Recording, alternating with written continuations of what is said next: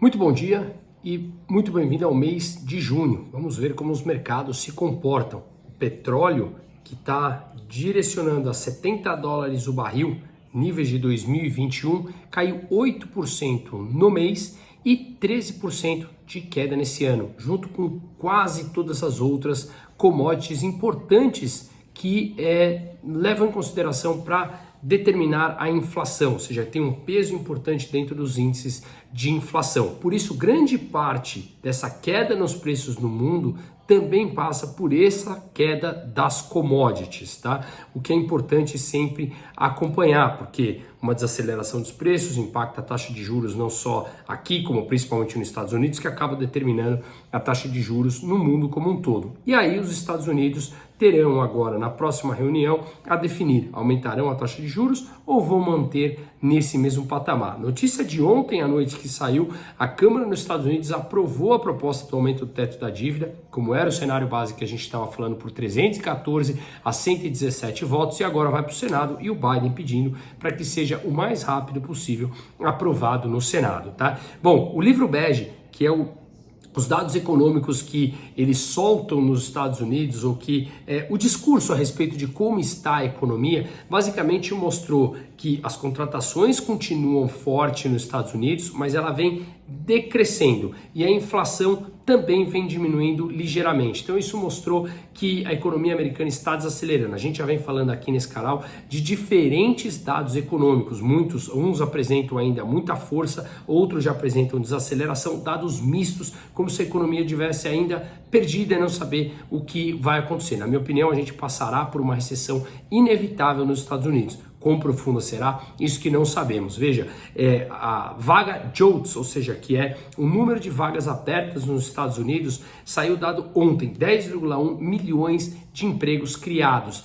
E isso foi maior do que o próprio mercado esperava. Então o mercado de trabalho ainda está muito forte, mas ele vem crescendo menos do que nas leituras anteriores, apesar de ainda mostrar muita força, tá? O FDIC, que é como se fosse o Fundo Garantidor de Crédito, o FGC, aqui no Brasil, mostrou que teve uma queda nos depósitos dos bancos nos Estados Unidos no primeiro trimestre, que foi a maior da história, desde 1984, que foi quando ele começou a compilar e mostrar esses dados. 472 bilhões em depósitos de bancos que saíram, grande parte em direção a títulos públicos americanos, que passaram a pagar uma taxa muito mais alta do que a quase zero remuneração em conta corrente nos Estados Unidos, tá? Outro dado da China que mostrou como a economia está sim desacelerando, que foi o PMI industrial, quando é abaixo de 50 é retração e acima de 50 é expansão. Na leitura anterior já estava abaixo de 50, mas agora caiu ainda mais. O dado de serviço veio acima de 50,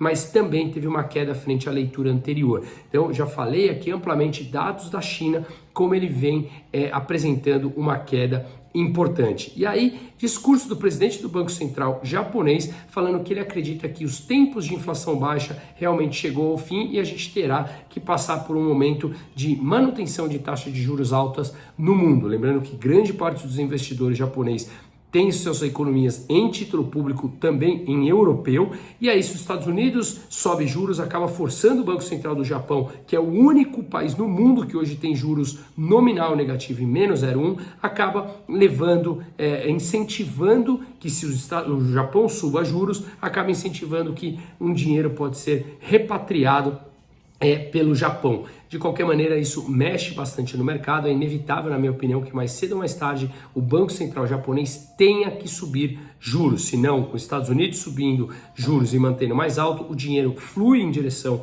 aos Estados Unidos para capturar esses juros nos títulos públicos americanos, e aí passa a ter uma desvalorização da moeda chinesa e acaba levando a um problema inflacionário maior, e aí precisa subir a taxa de juros para conter os preços, tá?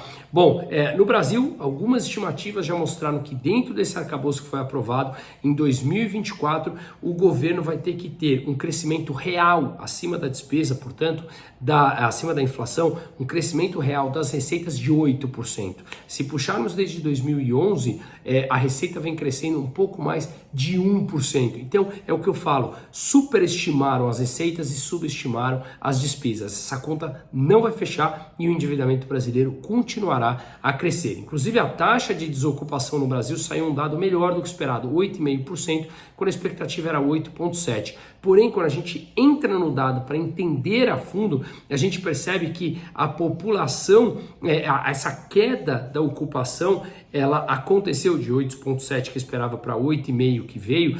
Na verdade, o que a gente vê é que tem menos gente procurando emprego. Essa queda, essa melhora do dado não veio porque teve uma queda na ocupação. Não, o que a gente viu foi menos gente procurando emprego. Então é bem provável que nas próximas leituras o desemprego cresça por conta dessas pessoas que acabaram não procurando mais emprego, tá? E aí a gente viu essa que é uma dinâmica que mostra o mercado de trabalho que sim terá algum tipo de problema. Uma ótima quarta-feira, uma ótima quinta-feira para todo mundo.